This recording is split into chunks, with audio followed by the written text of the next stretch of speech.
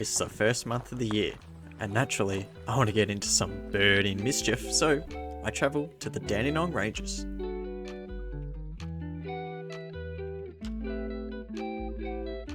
On today's episode, I'm joined with my mate James as we trek through the luscious ferny forest. To start it off, we found many crimson rosellas. They were eating all the grass seeds as they do and being quite friendly with us.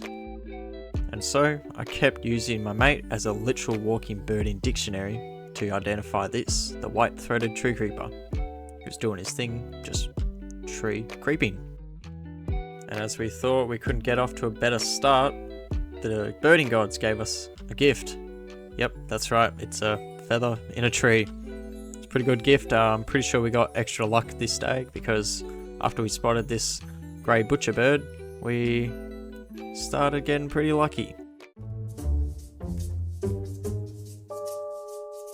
Hidden in the ferns, we spot the rare and elusive tail of a lyrebird. As we would, we went in for a closer look to see if we could get a better shot of it. But then I saw this epic ball of moss, man, and it was on top of the log and it was so cool, and I just had to take a bit of video of it, and it was so much better than any moss I've ever seen before. Sorry about that. Yeah, so the lyrebird was digging around looking for food. I was pretty speechless. It was a pretty cool sight. We were really hoping that we could top this, but we weren't too sure. But still, our hopes were set pretty high for what the forest had for us. And so, gleefully, my mate and I watched this tiny fella, the brown thornbill. He's pretty small and pretty far away. You probably can't even see him. So I thought, hey, he's pretty small and pretty far away, and you probably can't see him. So I thought, maybe I should just move closer. So here's a shot of him closer, and that was probably the best idea I had all month. Here's a pied currawong, looking pretty menacing as usual. So we kept watching these rookie level birds for a while until the burning gods actually offered us some more luck again, and that luck came again, in the shape of the lyrebird. Yep, another one. They're actually pretty cool creatures. They're so mysterious, so elusive, just so... Oh, look at this wallaby mate! He's just chilling there, he's having a little munch, like, come on, man! As we controlled our inner child professionally, we continued to watch some silver ice. I think it must have been the season for silver ice to, kids, don't watch. It really went on for a long time.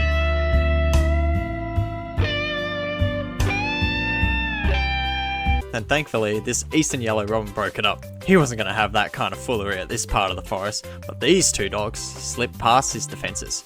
And, oh no, it's going to happen again, No, close your eyes, kids. Oh, never mind.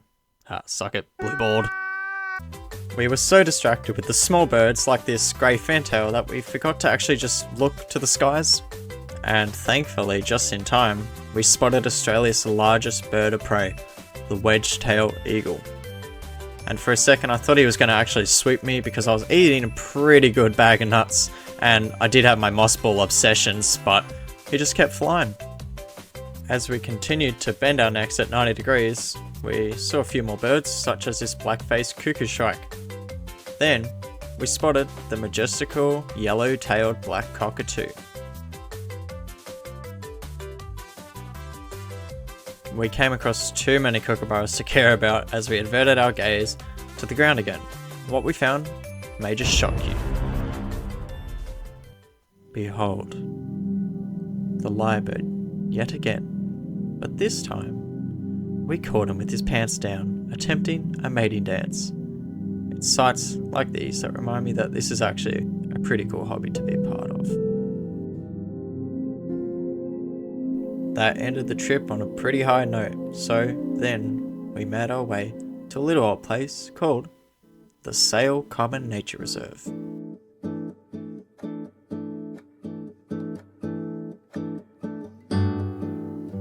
A nice change of scenery this time, the wetlands.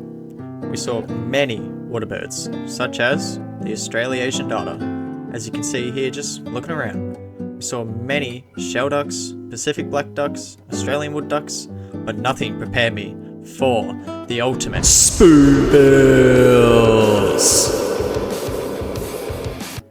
Here you can see the royal spoonbill absolutely shredding his enemies to pieces. Here, the destroyer of life, devourer of worlds, conqueror of the universe, and its cousin, such as the yellow-billed spoonbill, are just as ruthless. They leave no spot unturned, for they are the apex predator, and I was lucky to make it out. Oh look, black swans. It was so peaceful watching them, until I realised that babies might have actually been in danger because old mate, Whistling Kite, yep, that's him, he was just looking for something to bring home.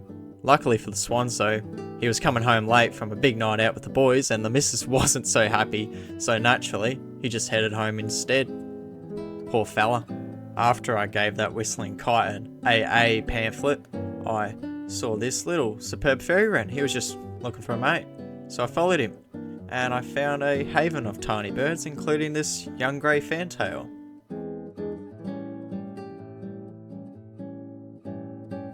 He seemed too young, dumb, and full of grubs to realise that I was getting dangerously close to him. His parents weren't too far away, but they obviously had way better things to do. Unlike you. Yep, you, who just is sitting there watching this. And that leads us to the final destination. The ultimate journey. We faced perilous dangers, life-threatening environments. I almost had to eat off my bloody left leg to survive the trip. We travelled months, maybe even years, maybe even decades, maybe even... Nope, it was just a 3-hour drive, really. And our final destination was, drumroll, Gemel Swamp. It was a quick stop in from camping, as we just wanted to finish the month off with a bang. So here's the white-plumed honeyeater doing its thing in the swamp. And here is another cheeky tree creeper trekking the tree trunks. God, say that 10 times quickly. Oh, cheeky I'm not, tree but creeper, feel free to try. Cheeky I wouldn't want to look like an idiot or anything, but you can do that. As I was leaving the swamp, I saw this pretty cool sacred kingfisher just showing off. I saw many other species that month, but I couldn't be bothered videoing them. You could criticize me, but hey, we're just barely birding.